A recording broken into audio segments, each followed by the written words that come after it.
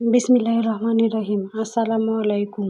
দূরে এবং কাছে, দেশে এবং বিদেশে যে যেখান থেকে আমার ভিডিও দেখছেন সকলকে আমার রান্নাঘরে স্বাগত জানাচ্ছি। আজকে আমার রান্নাঘরে নিয়ে এসেছি ঘরে থাকা উপকরণ দিয়ে মুরগির রোস্ট। অনেকটা লোভনীয়ভাবে আমি তৈরি করে নিয়েছি মুরগির রোস্ট।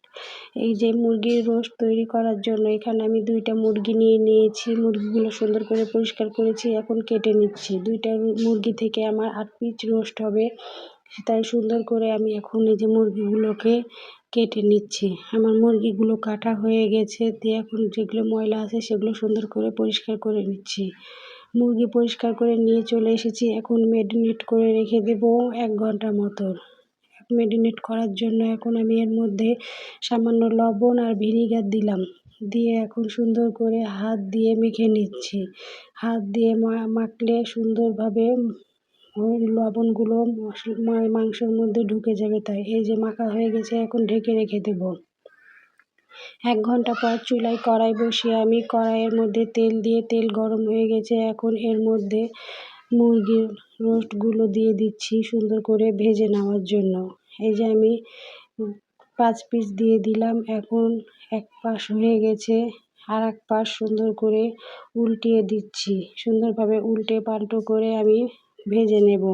এই পর্যায়ে এসে যে সকল বন্ধুরা আমার ভিডিও দেখতে শুরু করেছেন অথচ একটা লাইক দিতে ভুলে গেছেন, তাদের কাছে অনুরোধ রইল একটা লাইক দিয়ে আপনারা ভিডিও দেখা শুরু করবেন। আপনাদের একটা লাইক আমার ভিডিও আরও অনেকের কাছে পৌঁছে যেতে সাহায্য করবে।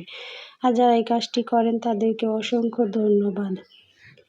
এই যে দেখুন সুন্দর করে আমি রোস্টগুলো ভেজে নিয়েছি, এখন আমি একটা বাটিতে উঠিয়ে নিচ্ছি। আর আমি বাকি রোস্টগুলো অফ ক্যামেরায় ভেজে নেব। ঘরে থাকা উপকরণ দিয়েও যে সুন্দরভাবে রোস্ট তৈরি করা যায় আপনারা এই ভিডিও দেখলে বুঝতে পারবেন।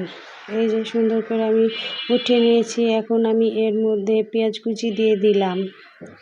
পেঁয়াজ কুচি দিয়ে এখন আমি সুন্দরভাবে পেঁয়াজগুলোকে ভাজা ভাজা করে নেব। এদিকে পেঁয়াজ ভাজা ভাজা হতে থাক, ওদিকে আমি রোস্টের মশলা রেডি করে নিই। রোস্টের মশলা রেডি করার জন্য এখানে আমি একটা বাটির মধ্যে আদা রসুন বাটা দিয়ে দিলাম।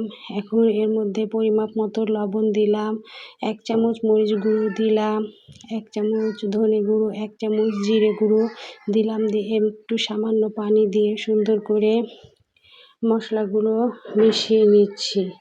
এই যে দেখুন সুন্দর করে মশলা মিশিয়ে আমি মশলা রেডি করে নিলাম। এদিকে আমার পেঁয়াজ ভাজা হয়ে গেছে, আমি কিছু চীনাবাদাম ব্লেন্ড করে রেখেছিলাম সেটা দিয়ে দিলাম।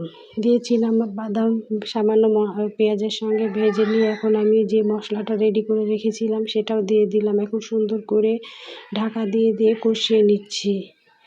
এখন আমি এর মধ্যে সুন্দরভাবে কষিয়ে নিচ্ছি। এখন আমি এর মধ্যে সুন্দরভাবে কিশমিশ দিয়ে দিলাম, দিয়ে এখন সুন্দরভাবে কষিয়ে নিচ্ছি। মশলা কষানো হয়ে গেছে, এখন আমি এর মধ্যে ভেজে রাখা মুরগির মাংসগুলো দিয়ে দিলাম, দিয়ে এখন সুন্দর করে উল্টো পাল্টা করে মশলার সঙ্গে মাংস কষিয়ে নিচ্ছি। ঘরে থাকা উপকরণ দিয়ে যে এভাবে এত সুন্দর রোস্ট তৈরি করা যায় বন্ধুরা, আপনারা বানিয়ে না খেলে বুঝতে পারবেন না। শুধু যে বাজারে কেনা উপকরণ দিয়ে রোস্ট তৈরি হয় আর ঘরের উপকরণ দিয়ে রোস্ট তৈরি হয় না, এটা কিন্তু সম্পূর্ণ ভুল ধারণা। এই যে মাংস আমার সুন্দর কষানো হয়ে গেছে, এখন হালকা পানি দিয়ে দিলাম যাতে মাংসগুলো সুন্দরভাবে সেদ্ধ হয়ে যায়। তাই হালকা পানি দিয়ে একটু নাড়াচাড়া করে আমি ঢাকা দিয়ে দিলাম। কিছুক্ষণ পর ঢাকা উঠিয়ে আবার নাড়াচাড়া করে দিচ্ছি। এখন ওপর থেকে কাঁচামরিচ দিয়ে দিলাম আর লেবু দিয়ে দিলাম। লেবু দিলে একটু টক টক ভাব আসবে, খেতে দারুণ লাগবে, তাই আমি এর মধ্যে সুন্দর করে লেবু চিপে দিয়ে দিলাম, দিয়ে সামান্য চিনি দিয়ে দিলাম। এই 1.5 চামচ মতো চিনি দিয়ে এখন সুন্দর করে উল্টো পাল্টা করে নাড়াচাড়া করে নিলাম।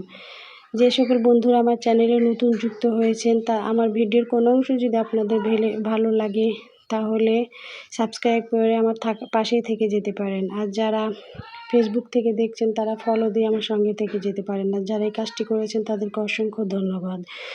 লাস্টে আমি ভাজা মশলা দিয়ে সুন্দর করে নাড়াচাড়া করে এই যে এখন এই ঝোলটুকু কমা পর্যন্ত চুলার উপর রেখে নামিয়ে নিলাম। এই যে দেখুন নামিয়ে একটা বাটির মধ্যে আমি ঢেলে নিলাম। ধন্যবাদ বন্ধুরা।